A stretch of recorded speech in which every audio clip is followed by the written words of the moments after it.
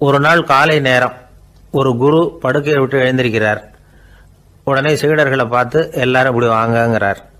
எல்லாரும் வர்றாங்க வேகமாக.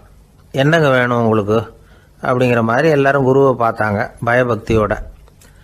குரு அந்த சீடர்களை பார்த்து, இதை பாருங்கள், இப்போ நான் ஒரு சிக்கலான விவகாரத்தில் மாட்டிக்கிட்டு இருக்கிறேன், அதை நீங்கள் தீர்த்து வச்சா நல்லதுன்னார். சீடர்களுக்கு ஒன்றும் புரியல. என்ன இது இவர் இப்படி சொல்கிறாரு? நமக்குள்ள எல்லா விவகாரங்களையும் தீர்த்து வைக்கிறவர் நம்ம குருநாதர், அவருடைய விவகாரத்தை நாம் தீர்த்து வைக்கிறதா? ஆச்சரியமாக இருக்குதே, குருநாதருக்கே சிக்கலா அப்படின்னு யோசனை பண்ண ஆரம்பித்தாங்க.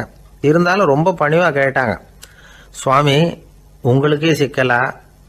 இந்த உலகத்து சிக்கல்களுக்கும் சிரமங்களுக்கும் அப்பாற்பட்டவர் அல்லவா தாங்கள், அப்படிப்பட்ட உங்களுக்கு சிக்கல்னா அது எப்படி அப்படின்னாங்க.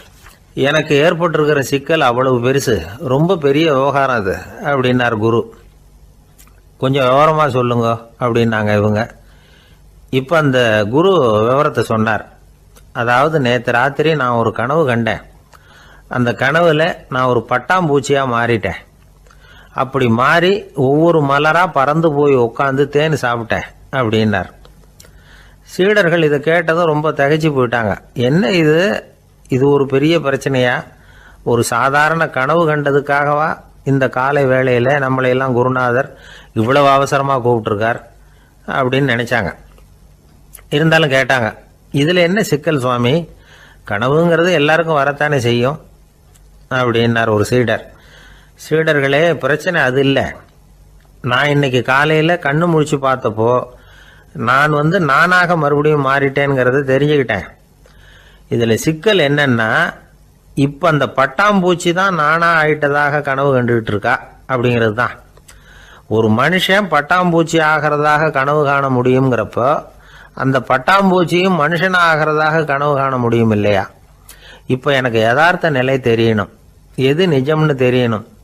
நேற்று ராத்திரி நான் கண்டது கனவா, அல்லது இது பட்டாம்பூச்சி கண்டுகிட்டு இருக்கிற கனவா? இதுதான் குரு கேட்ட கேள்வி. இதை கேட்டதும் சீடர்கள் ரொம்ப குழம்பி போயிட்டாங்க. சுவாமி, இது வரைக்கும் நாங்கள் தூங்குறப்ப பார்க்கறது கனவுன்னும் மூழ்கிட்டு இருக்கிறப்ப பார்க்கறது நனவுன்னு நம்பிக்கிட்டு இருக்கிறோம். இப்போ எங்களை ரொம்ப குழப்பிட்டீங்க, இதுக்கு பதில் சொல்ல எங்களுக்கு சக்தி இல்லை அப்படின்னு சொல்லிவிட்டாங்களாம். அதுக்கப்புறம் அந்த குரு சொன்னாராம், நினைவு தான் முக்கியமான அம்சம். முடிவு கட்டம்னா பகலின் நினைவுகளை விட இரவின் கனவுகளே ரொம்ப உண்மை. ஒருத்தன் தூங்க போனால் தூங்கிக்கிட்டே இருந்தால் அவன் காணும் கனவு பொய்ங்கிறத அவன் உணர மாட்டான். ஒவ்வொரு கனவும் காணும் பொழுது அது ரொம்ப உண்மையாக தான் தெரியுது. ஒரு கனவு கூட உண்மை இல்லைன்னு கனவுல தோன்றுவதே இல்லை அப்படின்னார் குரு. அகில வாழ்வு அத்தனையும் சொற்பனம் கண்டாய் அப்படிங்கிறார் தாயுமானவர். ஆகையினால நம்ம கனவுலேருந்து நாம் என்னைக்கு முழிச்சிக்க போகிறோம் அப்படிங்கிறது தான் ஒரு முக்கியமான கேள்வி.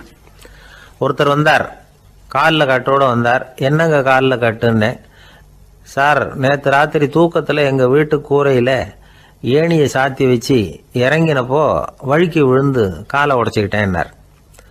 உங்கள் வீட்டில் தான் ஏணியே கிடையாது சார் அப்படின்னு. உண்மைதான் சார், நான் கீழே விழுந்து முழிச்சுக்கிட்டதுக்கு அப்புறம் தானே ஏணி இல்லைங்கிறது எனக்கு ஞாபகம் வந்தது அப்படின்னார். பொங்கல் திருநாள்.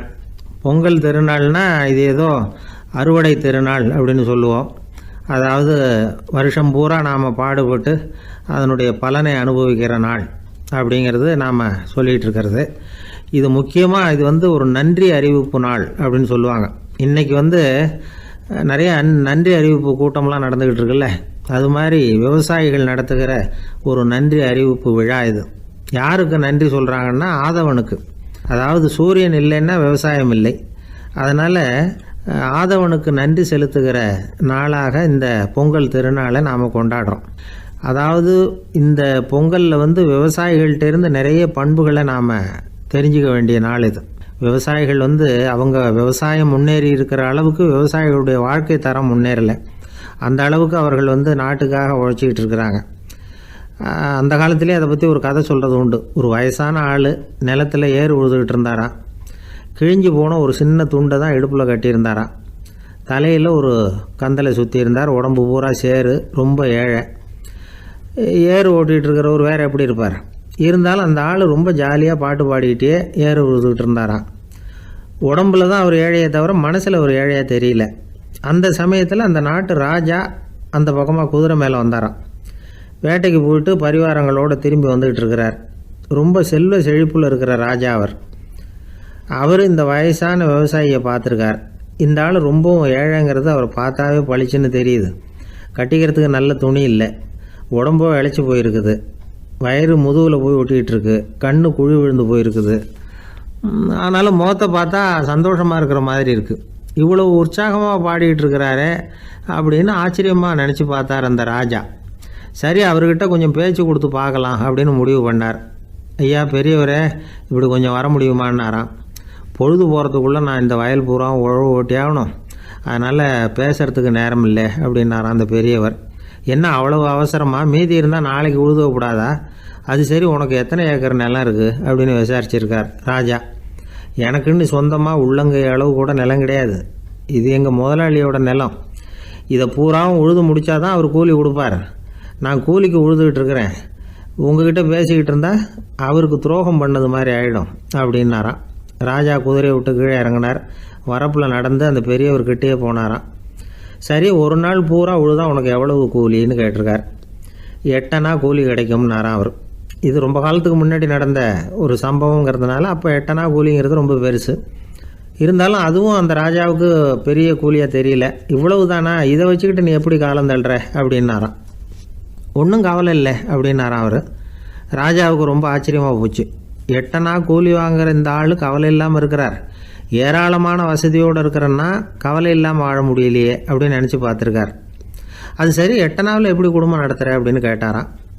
எனக்கு கிடைக்கிற 8 அணாவில் 2 அணா குடும்பத்துக்கு செலவழிக்கிறேன், 2 அணா பழைய கடனுக்கு கொடுக்குறேன், 2 அணா தர்மம் செய்கிறேன், 2 அணா வட்டிக்கு கொடுக்குறேன், ஒரு குறையும் இல்லைன்னாராம். ராஜாவுக்கு ஒன்றும் புரியல. எனக்கு ஒன்றும் புரியலேன்னு இருக்கார். ஐயா, எனக்கும் என் மனைவிக்கும் 2 அணா செலவாகுது. வயசான அம்மா அப்பா இருக்கிறாங்க, சின்ன வயசில் என்னை காப்பாற்றினவங்க அவங்க. அந்த கடனுக்கு 2 அணா செலவாகுது, அது பழைய கடன். என் தங்கச்சி ஒருத்தி ஆதரவு இல்லாத நிலைமையில் தன்னுடைய மகனோட என் வீட்டில் இருக்கிறா. அவளுக்கும் அவள் மகனுக்கும் 2 அணா செலவு பண்ணுறேன், அது தர்மம். எனக்கு 2 பிள்ளைங்க இருக்கிறாங்க, அவங்களுக்கு 2 அணா செலவு பண்ணுறேன், அது வட்டிக்கு கொடுக்கறது மாதிரி. பிற்காலத்தில் அவங்க எங்களை காப்பாற்றுவாங்க. அந்த வகையில் நான் திருப்தியோடு வாழ்ந்துக்கிட்டு இருக்கிறேன் அப்படின்னாராம். ராஜாவுக்கு அர்த்தம் புரிய ஆரம்பிச்சுதான். அந்த பெரிய நிலத்தை விலை கொடுத்து வாங்கி அந்த பெரியவருக்கே தானமாக கொடுத்துட்டாராம். இப்போ உழுதவருக்கே நிலம் சொந்தமாயிட்டுது. அன்னையிலேருந்து அரசனுக்கும் ஆறுதல் கிடைச்சிதான். இப்படி ஒரு கதை சொல்லுவாங்க. 8 அணா வருமானத்தை வச்சுக்கிட்டு எப்படி காலத்தை தள்ளுறதுன்னு சொல்கிறதுக்காக இந்த கதையை சொல்கிறதாக யாரும் தப்பாக நினச்சிக்கக்கூடாது. கிடைக்கிறத எப்படி பங்கு போடுறார், எப்படி திருப்தியாக வாழறார் அப்படிங்கிறது தான் முக்கியம். அது மாதிரி இன்றைக்கு இந்த பொங்கல் திருநாளில் உழவர்கள் மனசு மகிழ்ச்சியாக இருந்ததுன்னா அது எல்லாரும் மகிழ்ச்சியாக இருக்கிறது மாதிரி அர்த்தம்.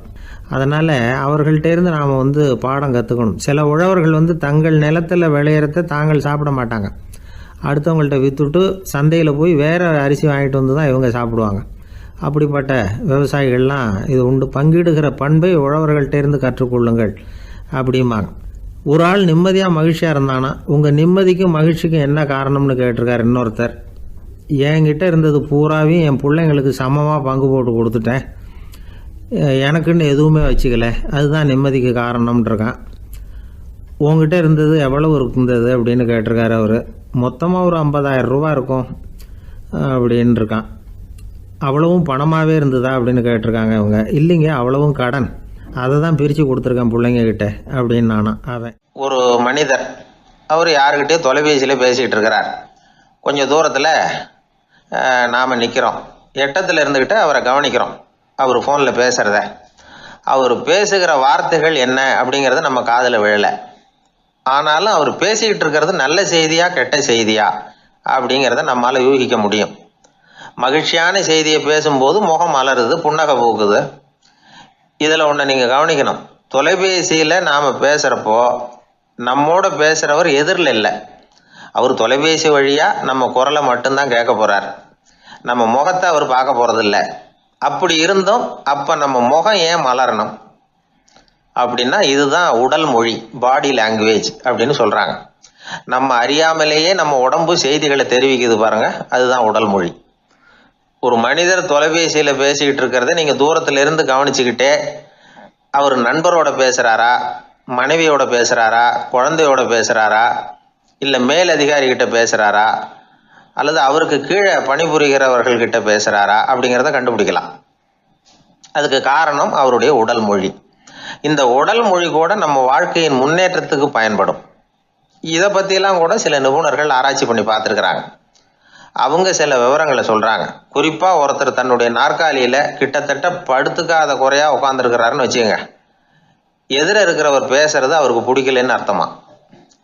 தலையை சொரிஞ்சிக்கிறது, வேற வேற திசைகளில் பார்க்கறது, கொட்டாவி விடுறது, கால்களை மாற்றி போட்டு உட்கார்றது, களைப்பா கை விரல்களை அப்படியே பின்னிக்கிறது, அடிக்கடி கடிகாரத்தை பார்க்கறது, இப்படிலாம் ஒருத்தர் பண்ணிக்கிட்டு இருக்கிறாருன்னா நாம் கூடிய சீக்கிரம் அந்த இடத்த விட்டு எழுந்திரிச்சு வந்துடுறது நல்லது.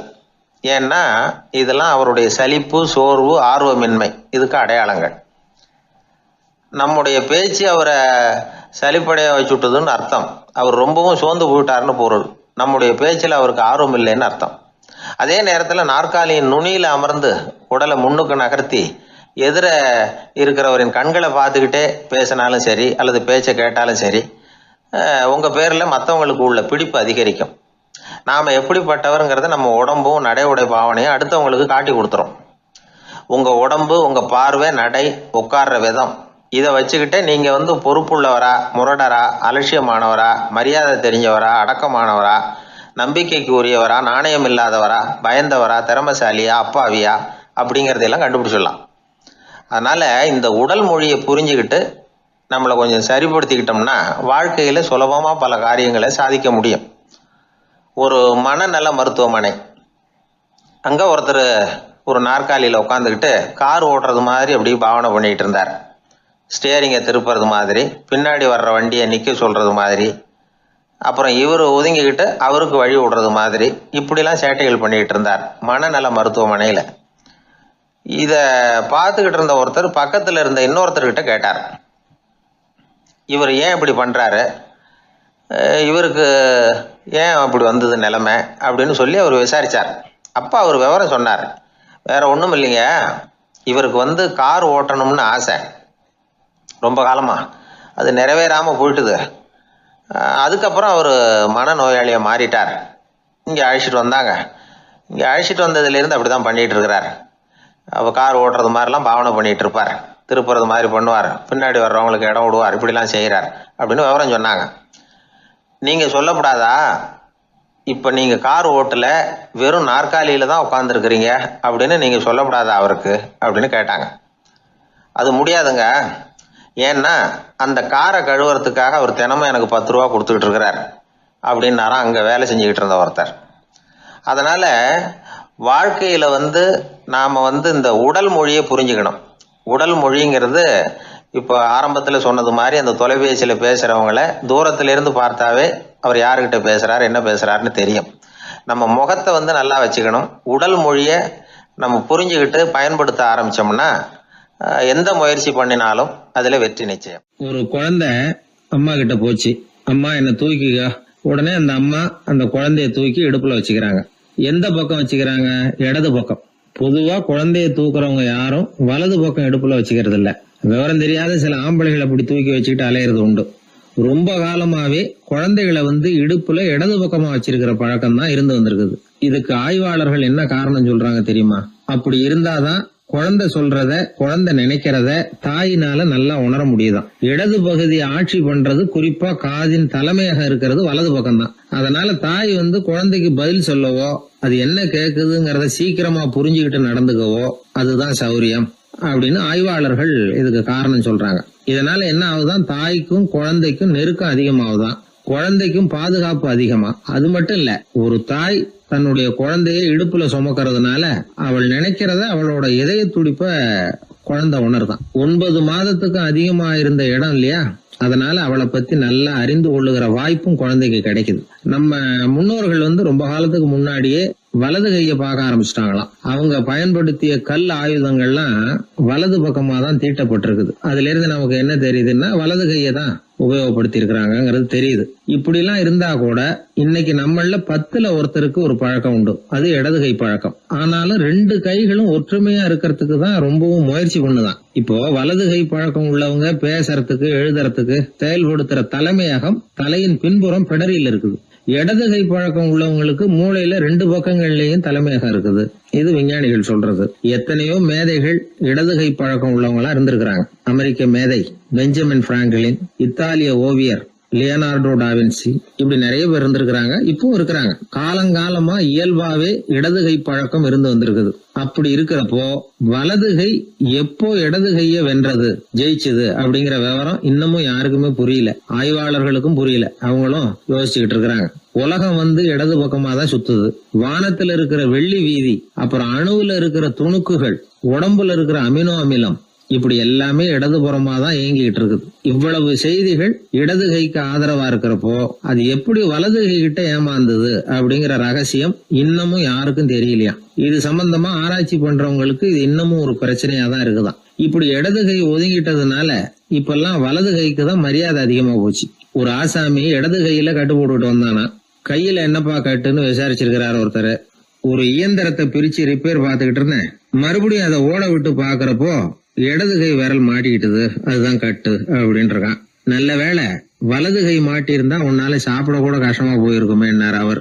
இதுக்கு அவன் சொன்னானா, முதல்ல வலது கை தாங்க மாட்டிக்க இருந்தது, நான் தான் உடனே புத்திசாலித்தனமா அதை இழுத்துக்கிட்டு இடது கையை கொடுத்தேன் அப்படின்னு இருக்கான். இவன் எப்பேற்பட்ட புத்திசாலி பாருங்க. இந்த வலது கை இடது கைங்கிறத பத்தி அறிவியல் ஆராய்ச்சி ஒரு பக்கம் இருந்தாலும் கை சுத்தமா இருக்கணும், இது வாழ்க்கைக்கு முக்கியம். உண்மை, உழைப்பு, நேர்மை இதெல்லாம் இருந்தாதான் வாழ்க்கையில முன்னேற முடியும். அதனால இந்த இடது கை பழக்கம் வலது கை பழக்கம் எது எப்படி இருந்தாலும் அது ஒருத்தருடைய புத்திசாலித்தனத்தை பாதிக்கிறது இல்ல. அதனால வாழ்க்கையில முன்னேறதுக்கு இது ஒரு இடைஞ்சலா இருக்கிறது இல்ல. நாம நம்ம உடம்பையும் புரிஞ்சுக்குவோம், மனசையும் புரிஞ்சுக்குவோம். அப்படி புரிந்து கொண்டு வாழ்க்கையில முன்னேறுவோம். ஒரு கோவில்ல ஆன்மீக சொற்பொழிவு நடந்துகிட்டு இருக்குது. ஒரு பெரியவர் பேசிக்கிட்டு இருக்கார். கடவுளை பத்தியும் சொர்க்கத்தை பத்தியும் மனுஷனை பத்தியும் அவர் விவரமா பேசுறார். எல்லாரும் உட்கார்ந்து கேக்குறாங்க. அந்த கூட்டத்துல ஒரு தத்துவ ஞானியும் உட்கார்ந்து இருக்கிறார். அவரு அவருடைய நண்பர். பேசி முடிச்சதும் அந்த பெரியவர் மேடையை விட்டு இறங்கினார். நேரா அந்த தத்துவ ஞானி கிட்ட வந்தார். எப்படி இருந்தது என்னுடைய பேச்சு அப்படின்னு கேட்டார். நீங்க பேசினது ஒண்ணுக்கு ஒண்ணு முரண்பாடா தெரிஞ்சது அப்படின்னாரா இவரு. நான் என்ன அப்படி தப்பா பேசிவிட்டேன் அப்படின்னாரா அவரு. கடவுளை நம்புகிறவன் சொர்க்கத்துக்கு போவான்னு சொன்னீங்க, அப்புறம் நல்ல விதமா வாழறவன் சொர்க்கத்துக்கு போவான்னு சொன்னீங்க அப்படின்னாராம். இதுல என்ன முரண்பாடுன்னு கேட்டிருக்காரு அவர். இதுலதான் முரண்பாடு தெரியுது எனக்கு. அதாவது இங்க ஒருத்தன் எல்லா தப்பும் பண்ணிட்டு இருக்கிறான், அவன் கடவுளை நம்பினான்னா அவன் சொர்க்கத்துக்கு போவானா? இது என்னுடைய முதல் கேள்வி. இல்லைன்னா ஒருத்தன் எந்த தப்பும் பண்ணல, ரொம்ப ஒழுங்கா வாழ்ந்துகிட்டு இருக்கிறான், ஆனா அவன் கடவுளை நம்பல, அவன் என்ன நரகத்துக்கு தான் போவானா? கடவுள் நம்பிக்கை உள்ள ஒரு திருடன் என்ன ஆவான், எங்க போவான்? கடவுள் நம்பிக்கையே இல்லாத ஒரு நல்லவன் என்ன ஆவான், எங்க போவான்? ஒருத்தன் இங்க கடவுள் நம்பிக்கையோட வாழறது முக்கியமா அல்லது நல்லவனா வாழறது முக்கியமா? இதுதான் இவர் கேட்ட கேள்வி. இதை கேட்டதும் அந்த பெரியவர் குழம்பி போட்டார். அவர் சொன்னது நியாயம் தானே. கடவுளை நம்புறவன் தான் சொர்க்கத்துக்கு போவான்னா பேசாம கடவுளை நம்பிக்கிட்டு இந்த உலகத்துல எல்லா தப்பும் பண்ணிட்டு இருக்கலாமே. பேச்சாளர் குழப்பத்தோட வீட்டுக்கு போனார். படுத்து தூங்கினாரு. ஒரு கனவு வந்தது. கனவுல அவர் ஒரு ரயில்ல வேகமா போயிட்டு இருக்கிறார். எதிரில் உட்கார்ந்து இருக்கிறவரை பார்த்து நாம இப்ப எங்க போறோம்னு கேட்டார். சொர்க்கத்துக்கு போயிட்டு இருக்கிறோம் அப்படின்னாங்களாம். ரயில் போய் நின்னுது. இவர் இறங்கினார். இங்க கௌதம புத்தர் இருப்பார், சாக்ரட்டிஸ் இருப்பார், அவங்கள பாக்குறதுக்கு ஒரு நல்ல வாய்ப்பு அப்படின்னு நினைச்சுக்கிட்டே அங்கேயும் இங்கேயும் பார்த்தார். அங்க யாருமே இல்ல. ஒரே பாலைவனம் மாதிரி இருக்குது. பச்சை இல்ல, பசுமை இல்ல, பூக்கள் இல்ல, மரம்லாம் மொட்டையா நிக்குது. எலும்பும் தோலுமா சில முனிவர்கள் அங்கேயும் இங்கேயுமா உட்கார்ந்து இருக்கிறாங்க. இவர் அவங்க கிட்ட போய் இந்த புத்தர் சாக்ரட்டிஸ் இவங்க எல்லாம் எங்க இருக்கிறாங்கன்னு கேட்டாராம். அப்படி யாரும் இங்க இல்லையே, அவங்க எல்லாம் யாரு அப்படின்னு திருப்பி கேட்டிருக்கிறாங்க. இவருக்கு அதிர்ச்சியா போச்சு. அப்படின்னா அவங்க எங்க போயிருப்பாங்க?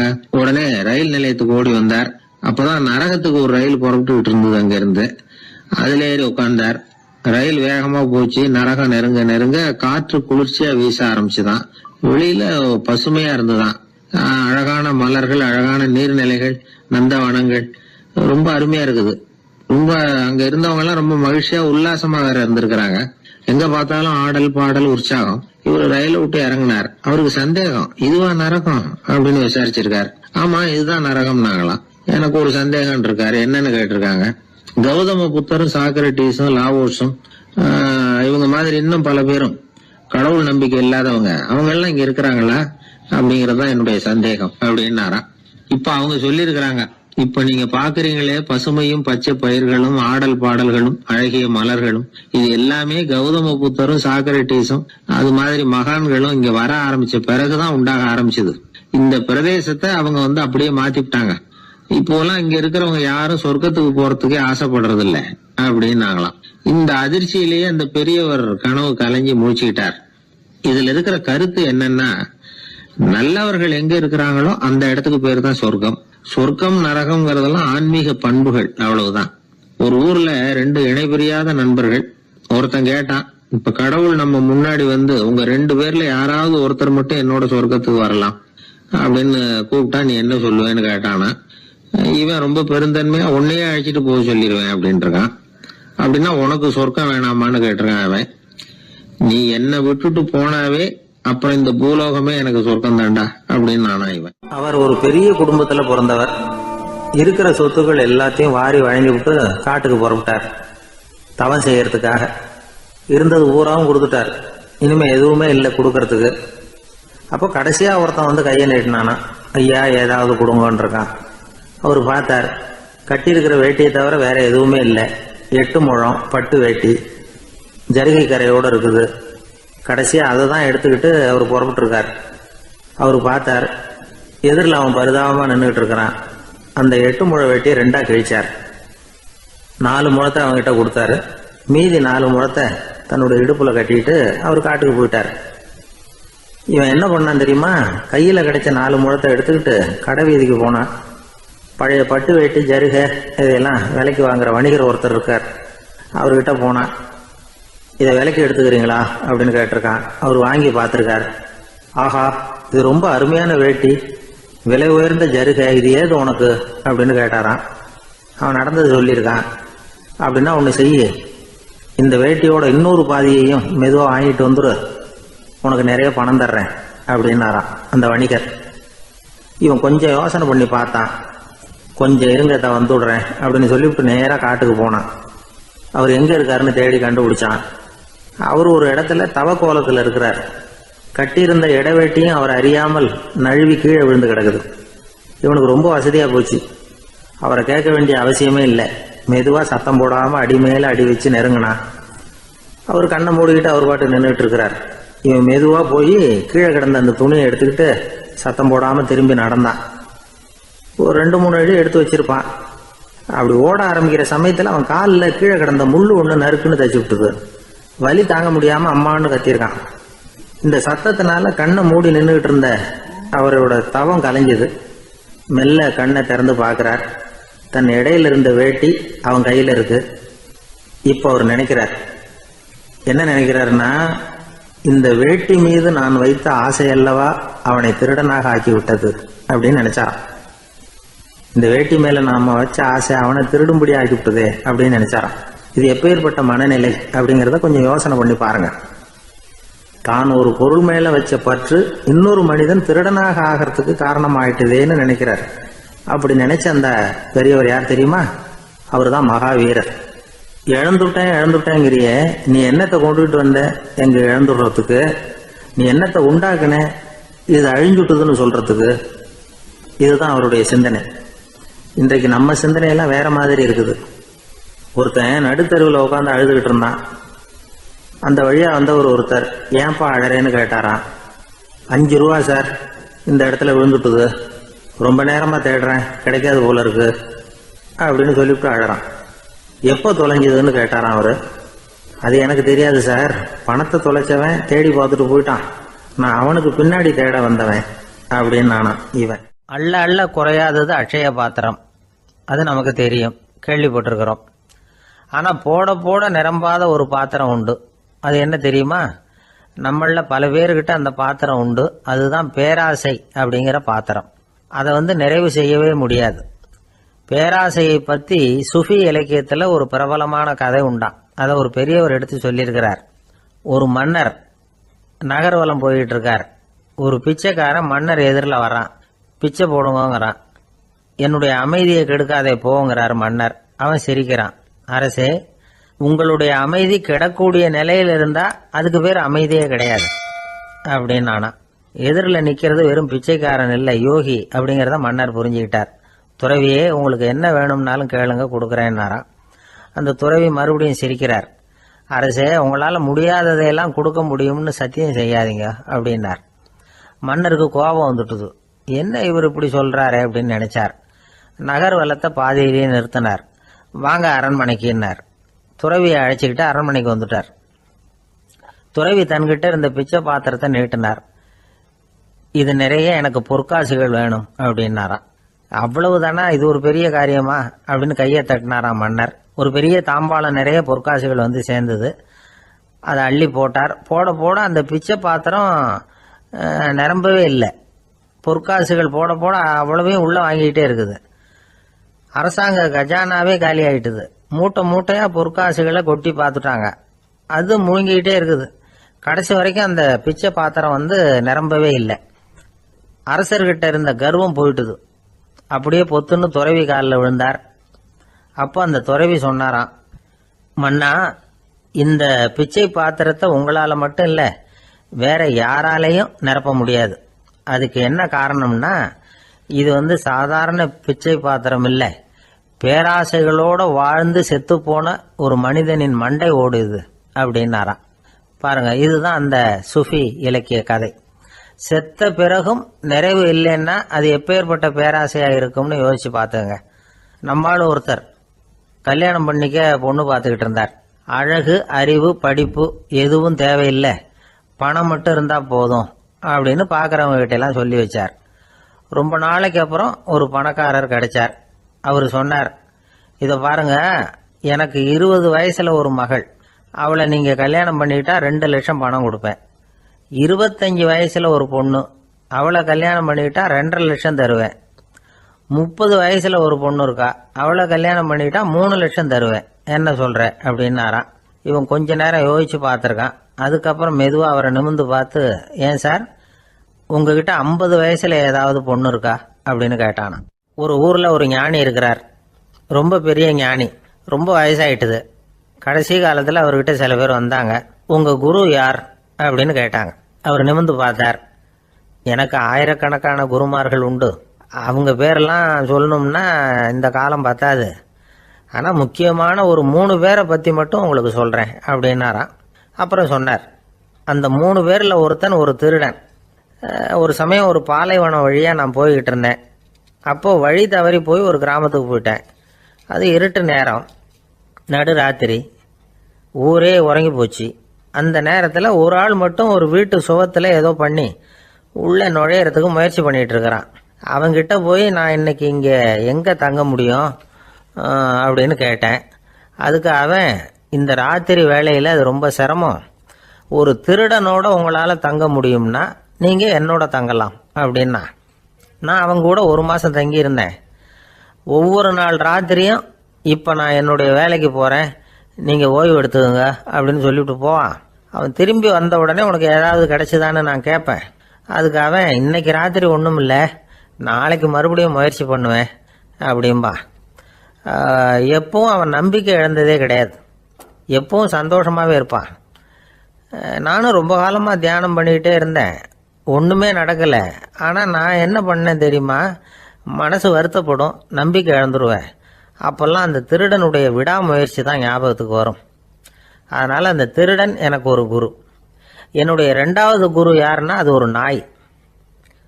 இது எப்படின்னா, ஒரு சமயம் எனக்கு ரொம்ப தாகமாக இருந்தது. ஒரு நதியை நோக்கி போய்கிட்டு இருந்தேன். அப்போ ஒரு நாயும் வந்தது. அதுக்கும் தாகம். ஓடி வந்து ஆற்றை பார்த்தது. அதோட நிழல் வந்து ஆற்றுல தெரிஞ்சுது. அதை பார்த்ததும் பயந்துட்டுது. அதாவது அது தன்னுடைய சொந்த உருவத்தையே கண்டு பயந்தது. அதை பார்த்து குறைக்குது, திரும்பி ஓடிச்சு. ஆனால் அதுக்கு தாகம் அதிகமாக இருந்ததுனால அது மறுபடியும் திரும்பி வந்தது. பார்த்தா மறுபடியும் தண்ணியில் நாயோட உருவம் தெரியுது. இப்படி சில தடவை பண்ணிச்சு. இருந்தாலும் கடைசியில் தண்ணியில் குதிச்சுட்டுது துணிஞ்சி. இப்படி குதித்த உடனே அதோட உருவமும் மறைஞ்சுட்டுது. இதை பார்த்தேன். நான் என்ன புரிஞ்சுக்கிட்டேன்னா, எவ்வளவுதான் பயம் இருந்தால் கூட ஒருத்தன் தைரியமாக காரியத்தில் இறங்கணும் அப்படிங்கிறத புரிஞ்சுக்கிட்டேன். இந்த போதனை அந்த நாய்கிட்ட இருந்து எனக்கு கிடைச்சிது. இது ஒன்று. அடுத்தது என்னுடைய 3வது குரு யாருன்னா, அது ஒரு சின்ன குழந்தை. நான் ஒரு சமயம் ஒரு நகரத்துக்கு போனேன். அங்கே ஒரு குழந்தை எரிகிற மெழுகுவத்தி ஒன்று எடுத்துக்கிட்டு வந்தது. நான் அந்த குழந்தைய பார்த்து வேடிக்கையாக கேட்டேன், ஏன் பாப்பா இந்த மெழுகுவத்தியை நீயாவே கொளுத்துனியா அப்படின்னு கேட்டேன். ஆமான்னுது அந்த குழந்தை. சரி, இந்த மெழுகுவத்தி முன்னாடி எரியாமல் இருந்தது, இப்போ எரியுது. இந்த மெழுகுவத்திக்கு வெளிச்சம் எங்கேருந்து வந்தது, அதை எனக்கு காட்ட முடியுமா அப்படின்னு கேட்டேன் அந்த குழந்தைகிட்ட. இதுக்கு அந்த குழந்தை சிரிச்சுக்கிட்டு அந்த மெழுகுவத்தியை ஊதி அணைச்சுட்டுது. அதுக்கப்புறம் என்னை பார்த்து கேட்டுது, இப்போ இந்த மெழுகுவத்தியின் வெளிச்சம் போனதை பார்த்தீங்க இல்லையா, அது எங்கே போச்சுன்னு எனக்கு சொல்லுங்க அப்படின்னுது. அந்த குழந்தை இப்படி கேட்டதும் என்கிட்ட இருந்த ஆணவம் அழிஞ்சுட்டுது. நான் படித்ததெல்லாம் அந்த வினாடியில் சுக்கு நூறாக போயிட்டுது. என்னுடைய முட்டாள்தனத்தை நான் உணர்ந்தேன் அப்படின்னு இவ்வளவும் அந்த ஞானி விவரமாக சொன்னாராம். அதனால் நாம் இன்னார்கிட்டே இருந்து தான் இதை கற்றுக்கணுங்கிறது இல்லை, யாருக்கிட்டே இருந்தும் எதையும் கற்றுக்கலாம். நம்மால் ஒருத்தன் ஒரு நாய் வளர்த்துக்கிட்டு இருந்தான். அந்த நாய்க்கு வால் கிடையாது. யாரோ ஏற்கனவே வெட்டி எடுத்துட்டாங்க. இந்த நாய் தான் சார் எனக்கு குரு, அதுகிட்டே இருந்து கூட நான் பாடம் கற்றுக்கிட்டு இருக்கிறேன் அப்படின்னா. அப்படி என்ன கற்றுக்கிட்டேன் இந்த வால் இல்லாத நாய்கிட்டே இருந்து அப்படின்னு கேட்டோம். நாம் யாருக்கிட்டையும் வாலாட்டக்கூடாது அப்படிங்கிற பாடத்தை அதுகிட்டே இருந்து தான் நான் கற்றுக்கிட்டேன் அப்படின்னா. விவசாயிகள் அவங்க விவசாயம் முன்னேறி இருக்கிற அளவுக்கு விவசாயிகளுடைய வாழ்க்கை தரம் முன்னேறலை. அந்த அளவுக்கு அவர்கள் நாட்டுக்காக உழைச்சிக்கிட்டு இருக்கிறாங்க. அந்த காலத்திலே அதை பற்றி ஒரு கதை சொல்றது உண்டு. ஒரு வயசான ஆள் நிலத்தில் ஏறு ஊதுகிட்டு இருந்தாராம். கிழிஞ்சு போன ஒரு சின்ன துண்டை தான் இடுப்பில் கட்டியிருந்தாராம். தலையில் ஒரு கந்தலை சுற்றி இருந்தார். உடம்பு பூரா சேரு, ரொம்ப ஏழை. ஏறு ஓட்டிகிட்டு இருக்கிறவர் வேற எப்படி இருப்பார்? இருந்தாலும் அந்த ஆள் ரொம்ப ஜாலியாக பாட்டு பாடிக்கிட்டே ஏறு ஊதுகிட்டு இருந்தாராம். உடம்புல தான் அவர் ஏழையை தவிர மனசில் ஒரு ஏழையா தெரியல. அந்த சமயத்தில் அந்த நாட்டு ராஜா அந்த பக்கமாக குதிரை மேலே வந்தாராம். வேட்டைக்கு போயிட்டு பரிவாரங்களோட திரும்பி வந்துகிட்டு இருக்கிறார். ரொம்ப செல்வ செழிப்புல இருக்கிற ராஜா அவர் இந்த வயசான விவசாயியை பார்த்துருக்கார். இந்த ஆள் ரொம்ப ஏழைங்கிறது அவர் பார்த்தாவே பளிச்சுன்னு தெரியுது. கட்டிக்கிறதுக்கு நல்ல துணி இல்லை, உடம்போ இழைச்சி போயிருக்குது, வயறு முதுகுல போய் ஒட்டிக்கிட்டு இருக்கு, கண்ணு குழு விழுந்து போயிருக்குது. ஆனாலும் முகத்தை பார்த்தா சந்தோஷமா இருக்கிற மாதிரி இருக்கு. இவ்வளவு உற்சாகமா பாடிக்கிட்டு இருக்கிறாரே அப்படின்னு ஆச்சரியமா நினைச்சு பார்த்தார் அந்த ராஜா. சரி, அவர்கிட்ட கொஞ்சம் பேச்சு கொடுத்து பார்க்கலாம் அப்படின்னு முடிவு பண்ணார். ஐயா பெரியவரே, இப்படி கொஞ்சம் வர முடியுமான்னாராம். பொழுது போறதுக்குள்ள நான் இந்த வயல் பூரா உழவு ஓட்டி ஆகணும், அதனால பேசுறதுக்கு நேரம் இல்லை அப்படின்னாராம் அந்த பெரியவர். என்ன அவ்வளவு அவசரமா? மீதி இருந்தா நாளைக்கு ஊதுவக்கூடாதா? அது சரி, உனக்கு எத்தனை ஏக்கர் நிலம் இருக்கு அப்படின்னு விசாரிச்சிருக்கார் ராஜா. எனக்குன்னு சொந்தமா உள்ளங்கை அளவு கூட நிலம் கிடையாது. இது எங்க முதலாளியோட நிலம். இதை பூராவும் ஊது முடிச்சாதான் அவர் கூலி கொடுப்பார். நான் கூலிக்கு ஊதுகிட்டு இருக்கிறேன். உங்ககிட்ட பேசிக்கிட்டு இருந்தா அவருக்கு துரோகம் பண்ணது மாதிரி ஆயிடும் அப்படின்னாராம். ராஜா குதிரையை விட்டு கீழே இறங்கினார். வரப்புல நடந்து அந்த பெரியவர்கிட்டயே போனாராம். சரி, ஒரு நாள் பூரா ஊதான் உனக்கு எவ்வளவு கூலின்னு கேட்டிருக்கார். 8 அணா கூலி கிடைக்கும்னாராம் அவர். இது ரொம்ப காலத்துக்கு முன்னாடி நடந்த ஒரு சம்பவங்கிறதுனால அப்ப 8 அணா கூலிங்கிறது ரொம்ப பெருசு. இருந்தாலும் அதுவும் அந்த ராஜாவுக்கு பெரிய கூலியா தெரியல. இவ்வளவுதானா, இதை வச்சுக்கிட்டு நீ எப்படி காலம் தள்ளுற அப்படின்னாராம்.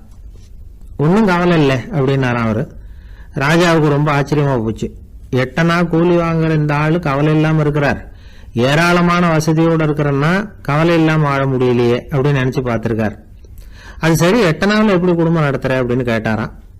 எனக்கு கிடைக்கிற 8 அணாவில் 2 அணா குடும்பத்துக்கு செலவழிக்கிறேன், 2 அணா பழைய கடனுக்கு கொடுக்குறேன், 2 அணா தர்மம் செய்யறேன், 2 அணா வட்டிக்கு கொடுக்குறேன், ஒரு குறையும் இல்லைன்னாராம்.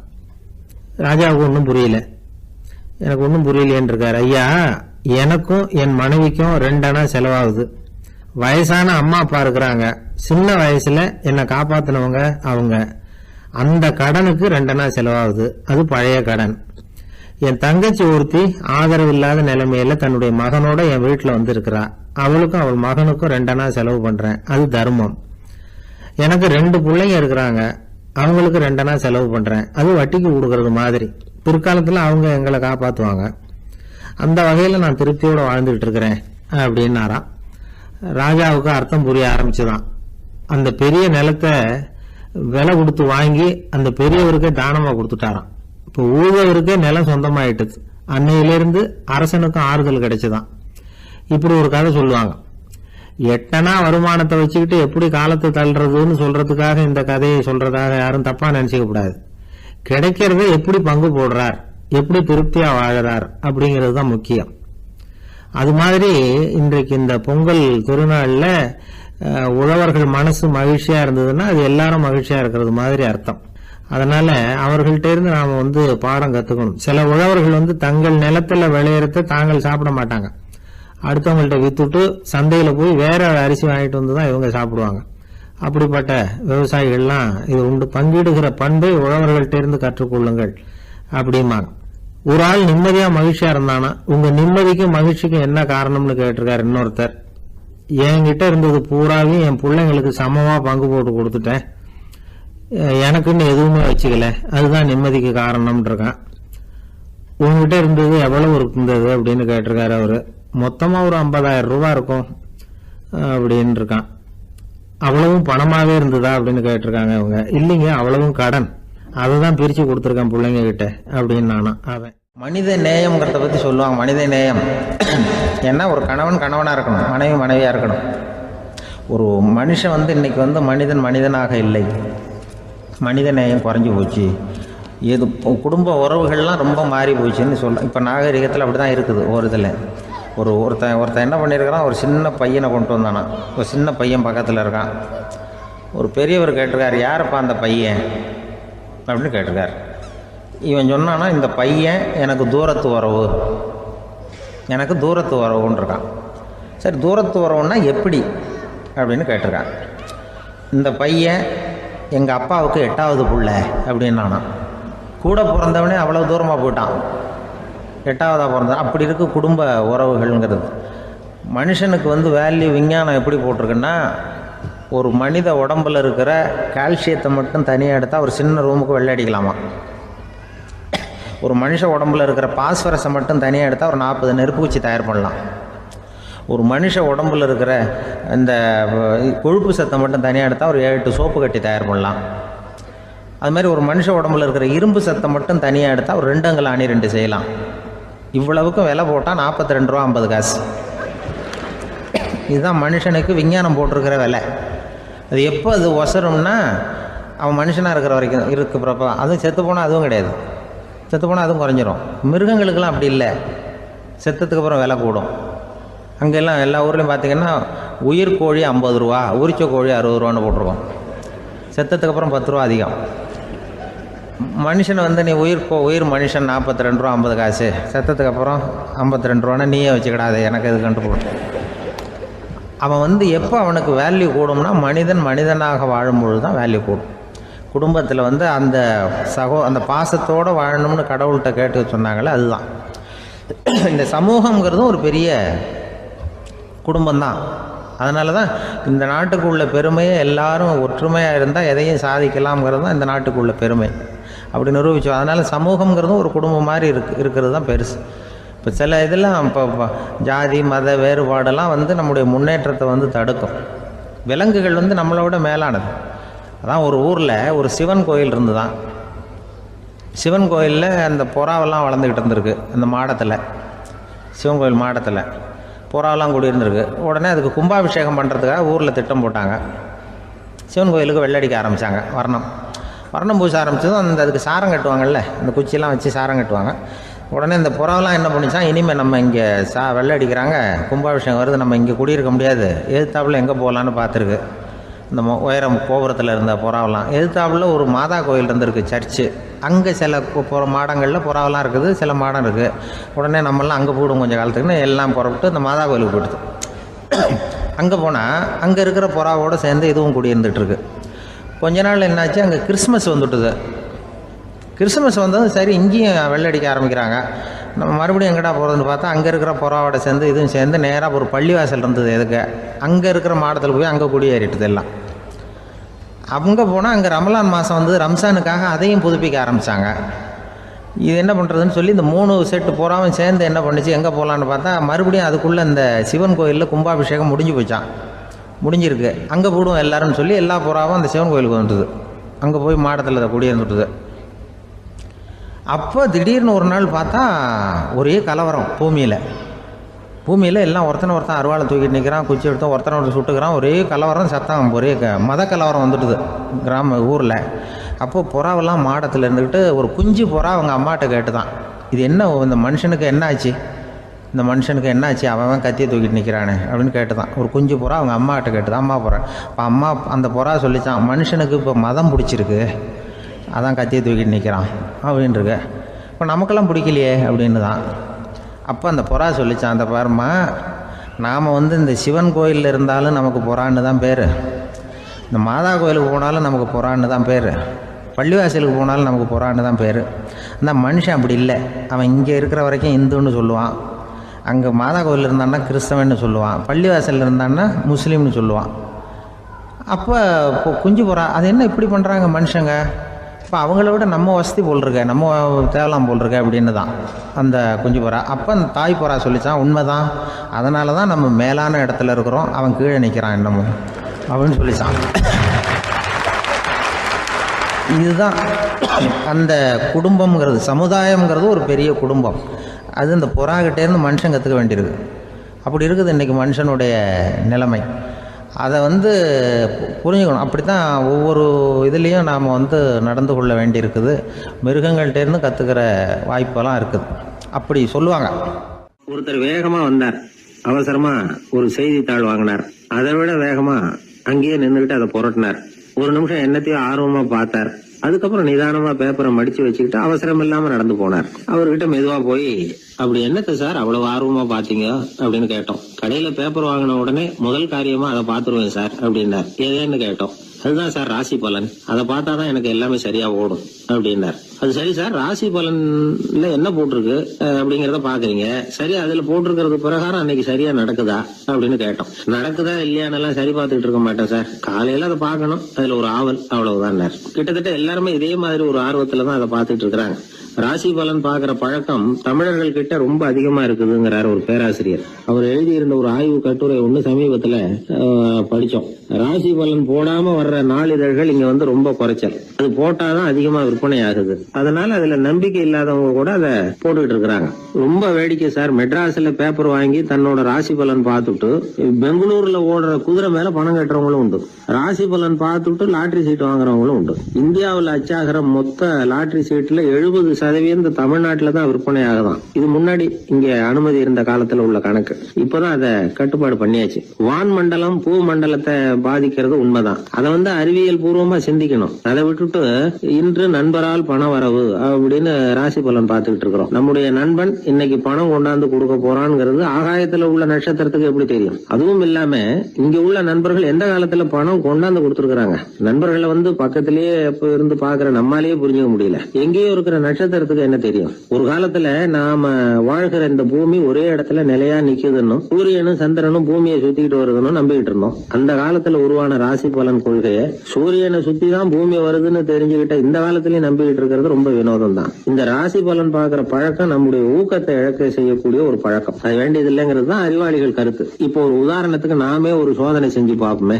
ஒரே நாள் வந்த தினசரி பேப்பர்கள் சிலதை எடுத்துக்கிட்டோம். அதுல ஒரே ராசிக்கு ஒவ்வொரு பேப்பர்லயும் என்ன பலன் போட்டிருக்கு பார்க்கலாமா? என்னுடைய நண்பர் ஒருத்தர் ராசிக்கு ஒவ்வொரு செய்தித்தாள்லயும் என்ன ராசி பலன்னு பார்த்தோம். ஒரு பேப்பர்ல செலவும் சிரமமும் அப்படின்னு போட்டிருக்கு, இன்னொரு பேப்பர்ல சுலபமாக நன்மை அப்படின்னு போட்டிருக்கு. இதுல எதை நம்புறது? நீங்களும் ஒரு நாள் இதை சோதிச்சு பாருங்க. பல பேப்பர் வாங்கி உங்க ராசிக்கு ஒவ்வொரு பேப்பர்லயும் என்ன போட்டிருக்குன்னு பாருங்க. எல்லாம் ஒரே விதமா இருக்காது, மாறி மாறி இருக்கும். என்னுடைய நண்பர் ஒருத்தர் நானும் ஒரு நாள் கடையில பேப்பர் வாங்கணும். நண்பர் ராசி பலன்ல எல்லாம் ரொம்ப நம்பிக்கை இல்லாதவர். இருந்தாலும் நான் பேப்பர் வாங்கின உடனே உங்க ராசி என்ன சொல்லுங்க, பலன் என்னன்னு பாக்கலாம்னு. அவர் சிரிச்சுக்கிட்டு அதெல்லாம் டூப்புங்க, அதை ஏன் பாக்குறீங்க, சும்மா சொல்லுங்க. என் ராசி தனுசு, அதுல பண வரவுன்னு போட்டிருக்கோம் அப்படின்னாரு. நான் பார்த்தேன், ஆச்சரியப்பட்டு போயிட்டேன். பண வரவுன்னு தான் போட்டிருக்கு சார், அது எப்படிங்க பார்க்காமலே கரெக்டா சொல்லிவிட்டீங்க அப்படின்னு கேட்டேன். அவர் மெதுவா கிட்ட காதோட காதா சொல்றார், அந்த பேப்பருக்கு தினமும் ராசி பலன் எழுதி கொடுக்கறதே நான் தான் சார் அப்படின்னார். அமெரிக்க ஜனாதிபதி ஆப்ரஹாம் லிங்கன் ஒரு நாள் தன்னோட கோச்சு வண்டியில தலைநகரான வாஷிங்டனுக்கு போயிட்டு இருக்கிறார். கோச்சு வண்டி ஒரு சாலையில போயிட்டு இருக்கு. அந்த சாலைக்கு ஒரு பக்கத்துல பயங்கரமான சதுப்பு நிலம். சதுப்பு நிலம்னா அது புதைகுழி, புதை மணல்ங்கிறோம்ல, அது மாதிரி. அந்த சதுப்பு நிலத்துல யாராவது மாட்டிக்கிட்டா அவ்வளவுதான், ஆளை கொஞ்சம் கொஞ்சமா உள்ள அமுக்கிவிடும், தப்பிச்சு கரையிறது கஷ்டம். அப்படிப்பட்ட நிலம் அது. ஆப்ரஹாம் லிங்கன் ஏதோ ஒரு முக்கியமான அரசாங்க வேலையாக போயிட்டு திரும்பி வந்துட்டு இருக்கிறார். அதனால் அந்த சமயத்தில் அவர் விலை வசந்த ஆடைகளை அணிஞ்சிருக்கிறார். அப்படி அவர் அந்த கோச்சு வண்டியில் வந்துக்கிட்டு இருக்கிறாரு. அந்த சமயத்தில் ஒரு காட்சி அவர் கண்ணில் பட்டுட்டுது. என்ன தெரியுமா? ரோட்டுக்கு பக்கத்தில் இருந்த சதுப்பு நிலத்தில் ஒரு இளம் பன்றி குட்டி சிக்கிக்கிட்டு தவிச்சிக்கிட்டு இருக்குது. பரிதாபமாக கத்திக்கிட்டு இருக்குது. அதை பார்த்தார் லிங்கன். அவருக்கு இன்னும் மாதிரி ஆயிட்டுது. உடனே வண்டியை நிறுத்த சொன்னார். கீழே இறங்கினார். தன்னோட விலை வசந்த ஆடைகளை பற்றி லட்சியம் பண்ணவே இல்லை. தனக்கே ஆபத்து வரலாம்ங்கிறத பற்றியும் கவலைப்படலை. தான் ஒரு குடியரசுத் தலைவருங்கிறத பற்றியும் அவர் நினச்சி பார்க்கல. நேராக அந்த சதுப்பு நிலம் பக்கமாக போனார். அந்த சேத்துல இறங்கி பன்றிக்குட்டியை காப்பாற்றி கரைக்கு கொண்டுட்டு வந்து சேர்த்துட்டார். அதுக்கப்புறம் நிம்மதியாக கோச்சு வண்டியில் ஏறி வெள்ள மாளிகைக்கு வந்து சேர்ந்தார். ட்ரெஸ்ஸு உடம்பு பூரா சேரு சகதி. பார்க்குறவங்களுக்கெல்லாம் ஆச்சரியமாக போச்சு. அவங்களுக்கு ஒன்றும் புரியல. இவர் நேராக ட்ரெஸ்ஸு மாற்றிக்கிறதுக்காக போனார். கோச்சு வண்டி ஓட்டிகிட்டு வந்தவங்கிட்ட போய் எல்லாரும் கேட்டாங்க என்ன ஆச்சு அப்படின்னு. அவர் வர்ற வழியில் நடந்த விவரத்தை சொன்னார். ஆப்ரஹாம் லிங்கனுடைய இந்த இறக்க குணத்தை எல்லாரும் பாராட்டினாங்களாம், புகழ்ந்தாங்களாம். ஆனால் இதுக்கு லிங்கன் என்ன பதில் சொன்னார் தெரியுமா? தயவு பண்ணி இந்த புகழ்ச்சியான பேச்சையெல்லாம் ஒதுக்குங்க, அதெல்லாம் வேணாம். அந்த சின்ன பிராணி சகதியில் மாட்டிக்கிட்டு துடிச்சிக்கிட்டு இருந்தது. அதை பார்த்தேன். உடனே என்னுடைய இதயத்தில் ஒரு முள்ளு தைச்சது மாதிரி ஒரு உணர்வு. அந்த முள்ளை பிடுங்கி எறிஞ்சேன், அவ்வளவுதான். உண்மையில் அந்த பிராணிக்கு நான் உதவினேங்கிறத விட எனக்கு ஏற்பட்ட இன்னலை போக்கிக்கிட்டேன் அப்படிங்கிறது தான் உண்மை. அதுதான் பொருத்தம். அப்படி இருக்கிறப்போ இதில் புகழறதுக்கு என்ன இருக்குது அப்படின்னாராம் ஆப்ரஹாம் லிங்கன். எவ்வளவு யதார்த்தமான வார்த்தைகள் பாருங்க.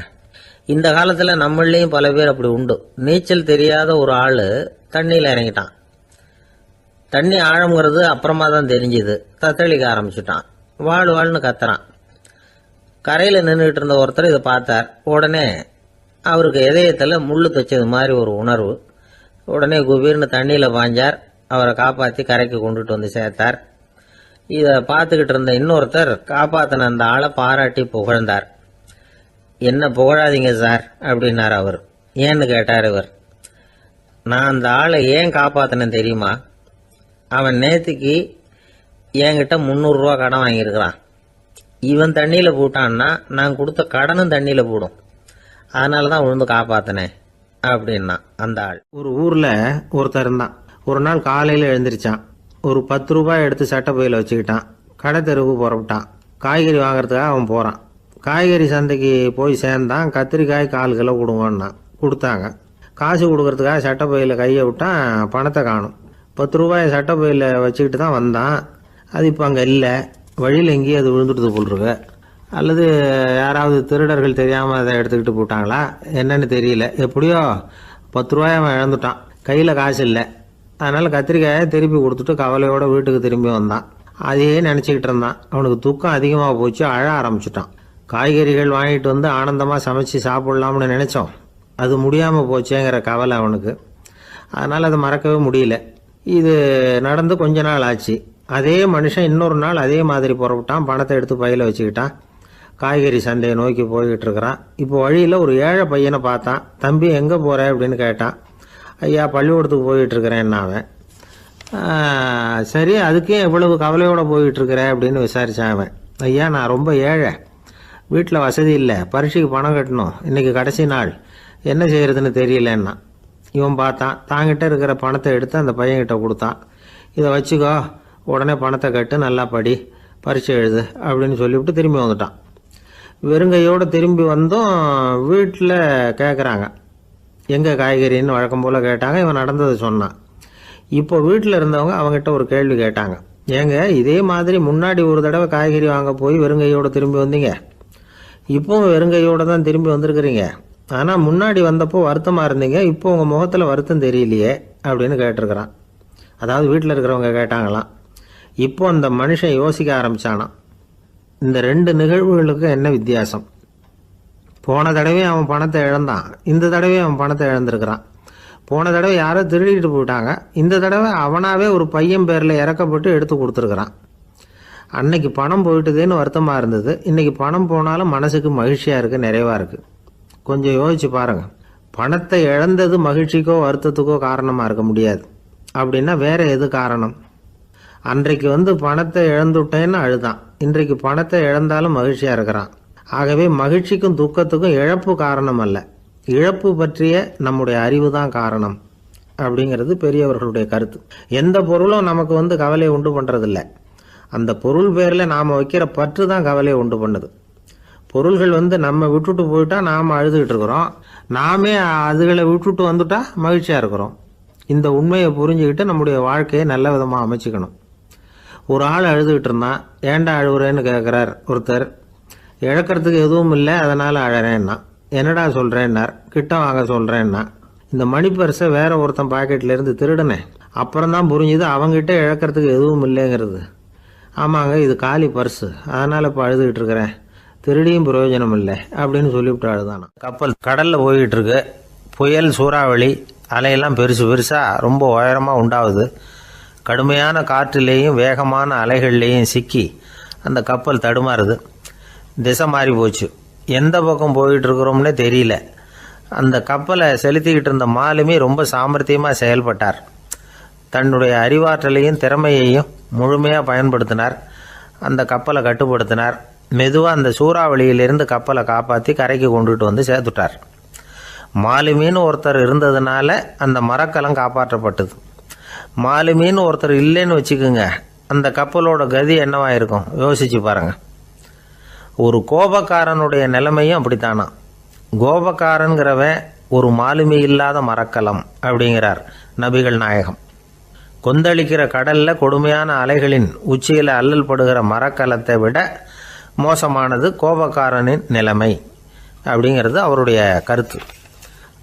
அது மாதிரி இதுன்னு சொல்லல, அதை விட மோசம் இது அப்படிங்கிறார். ஏன் தெரியுமா? ஒரு கப்பல் கடல்ல தடுமாறினா அதை சரிப்படுத்த மாலுமி இருக்கிறார். அவர் தன்னுடைய சாமர்த்தியத்தினால் அதை கட்டுப்படுத்தி சரியான வழிக்கு கொண்டுட்டு வந்துடுவார். ஆனால் கோபக்காரனுடைய நிலைமை அப்படி இல்லை அப்படிங்கிறார் நபிகள் நாயகம். மனித மனம் ஒரு மரக்கலம், அறிவு அதில் இருக்கிற மாலுமி. மாலுமி மரக்கலத்தை செலுத்துகிறான், அவனுக்கு கட்டுப்பட்டு அது ஓடுது. ஆனால் கோபக்காரனுங்கிற மனுஷங்கிட்ட அறிவுங்கிற மாலுமி சரியாக வேலை செய்ய மாட்டான். ஏன்னா கோபம் அந்த மாலுமியின் கண்களை அவிச்சிரும், காதுகளை கேட்காம பண்ணிவிடும். கண்ணையும் காதையும் மூடிவிட்டு கப்பலை ஓட்டுனா எப்படி ஓட்டுறது?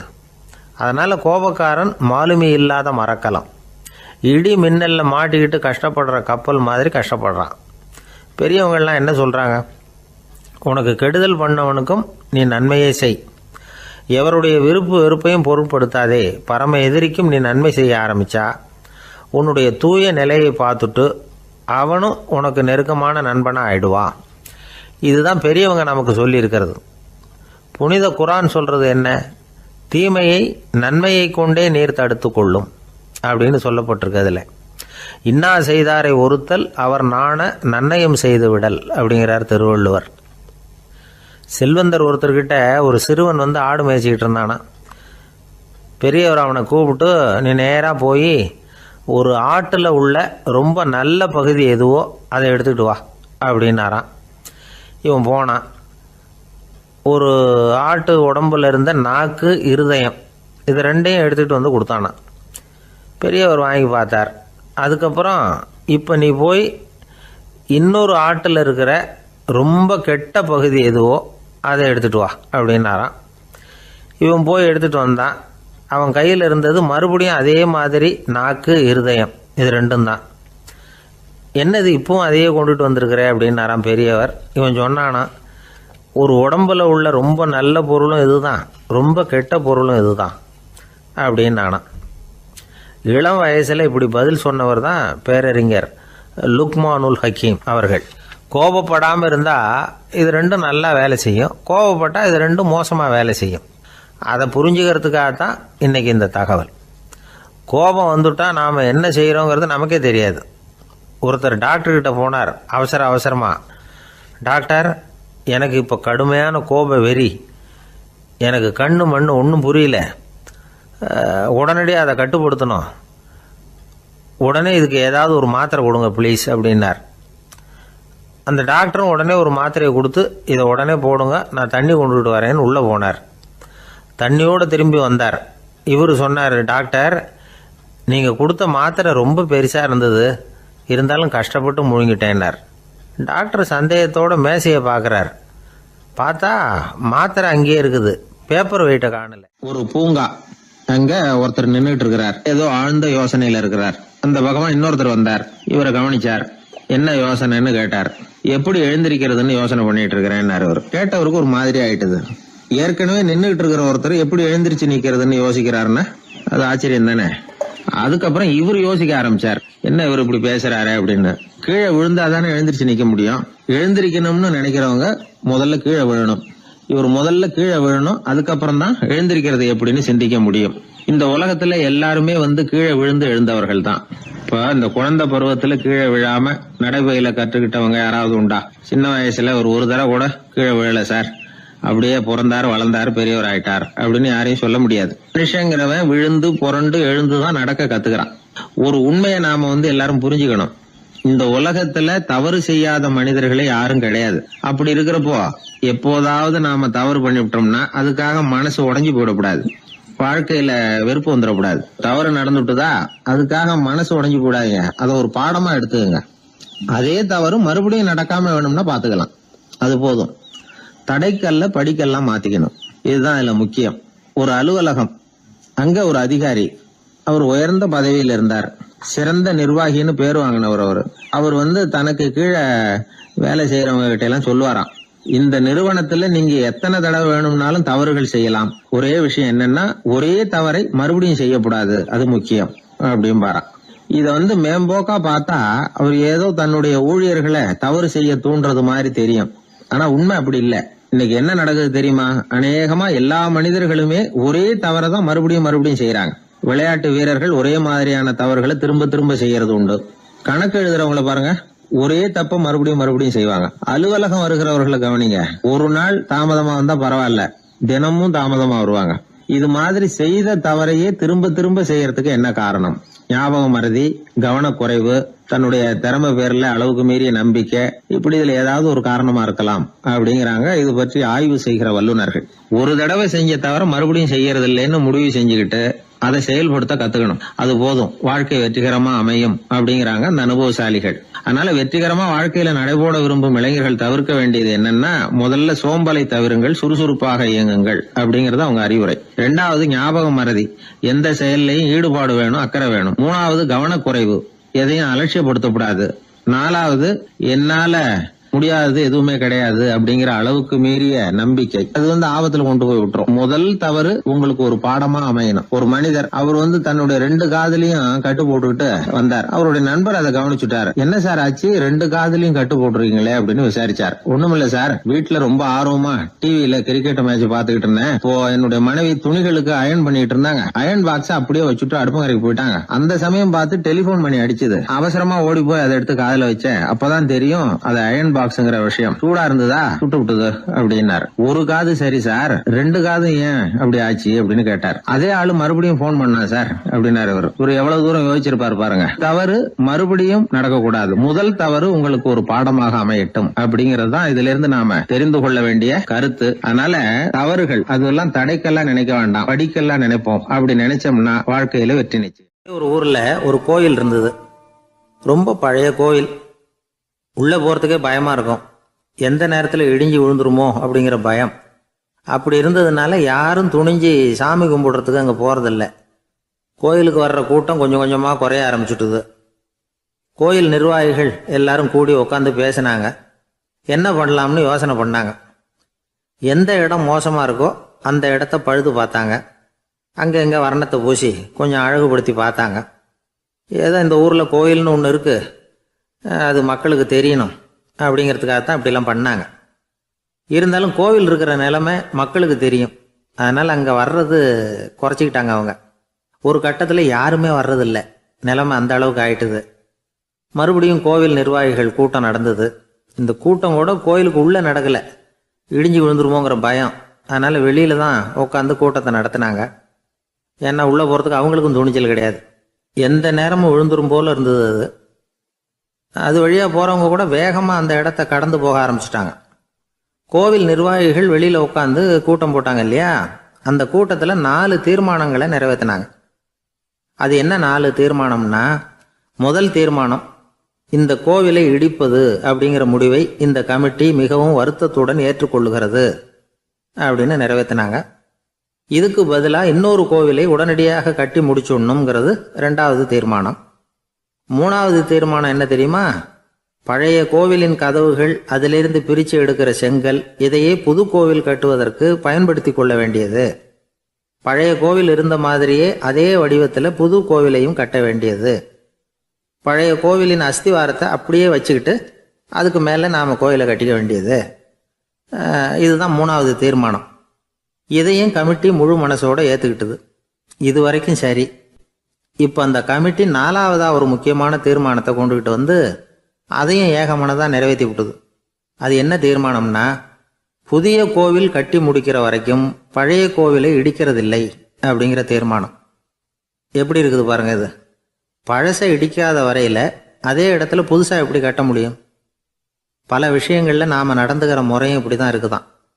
வாழ்க்கையில் முன்னேறணும்னு ஆசைப்படுவோம். அதே நேரத்தில் அந்த முன்னேற்றத்துக்கு எது தடையாக இருக்கோ அதை விட்டு விடுறதுக்கும் மனசு வராது.